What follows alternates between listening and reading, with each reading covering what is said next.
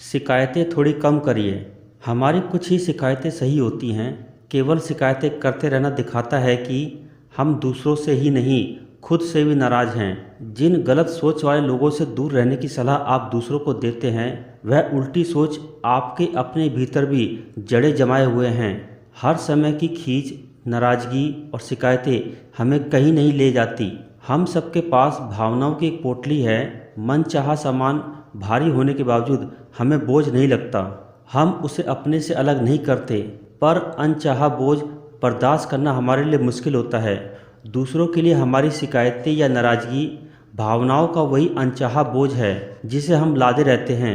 शिकायती रवैया हमारी सेहत, रिश्तों और व्यक्तित्व सब पर बुरा असर डालता है। औसतन हम दिन में 15 से 30 बार शिकायत करते हैं। जब चीज़ें हमारे सोचे हुए ढंग से नहीं होती तो हम शिकायत करते हैं। भावनाओं का गुबार निकलने पर हम बेहतर तो महसूस करते हैं, पर शोध कहते हैं कि शिकायत करने से मिलने वाली शांति थोड़ी देर की ही होती है। शिकायतें करना हमारे और सुनने वाले दोनों के मूड पर बुरा असर डालता है। यह दिमाग को भी नुकसान पहुंचाता है।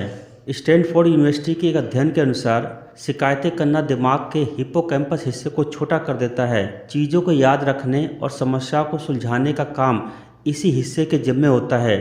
30 मिनट से ज़्यादा लगातार शिकायतें करना और सुनना हमारे दिमाग को नुकसान पहुंचा सकता है। हम जितना शिकायतें करते हैं उतना खुद को नेगेटिव सोच की ओर धकेलते हैं। इतना ही नहीं, शिकायत करते समय शरीर में कॉर्टिसोल हार्मोन का स्राव होता है। यह हार्मोन हमारे हालात का सामना करने के ढंग पर असर डालता है। इसका ज़्यादा होना दिल और दिमाग पर तनाव उत्पन्न करता है, जिससे हृदय रोग, मधुमेह और मोटापे का खतरा बढ़ जाता है। हम अपनी जिन भावनाओं को संभाल पाते हैं उन पर संतुलित प्रतिक्रिया देते हैं। जिन भावनाओं पर काबू नहीं कर पाते वे शिकायत, खीज, गुस्से और आंसुओं के रूप में बाहर आती हैं। कई बार दूसरे गलत होते हैं, पर कुछ लोग बहुत ही ज़्यादा शिकायती हो जाते हैं। ऐसे में हमें देखना चाहिए कि झुंझलाहट हमारी अपनी कमियों की तो नहीं। एक वे जो कभी दूसरों से संतुष्ट नहीं होते और हमेशा शिकायत करते रहते हैं। दूसरे वे जो केवल अपने बारे में सोचते रहते हैं, वे केवल दूसरों का ध्यान और सहानुभूति चाहते हैं।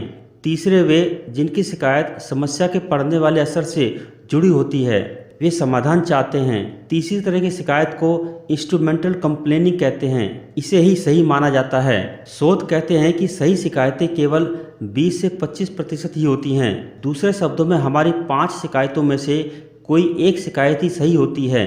बाकी 4 का बोझ हमने खुद पर, दूसरों पर बेवजह लादा हुआ होता है। हमें नहीं भूलना चाहिए कि शिकायत करने से मिलने वाली खुशी बहुत छोटी होती है।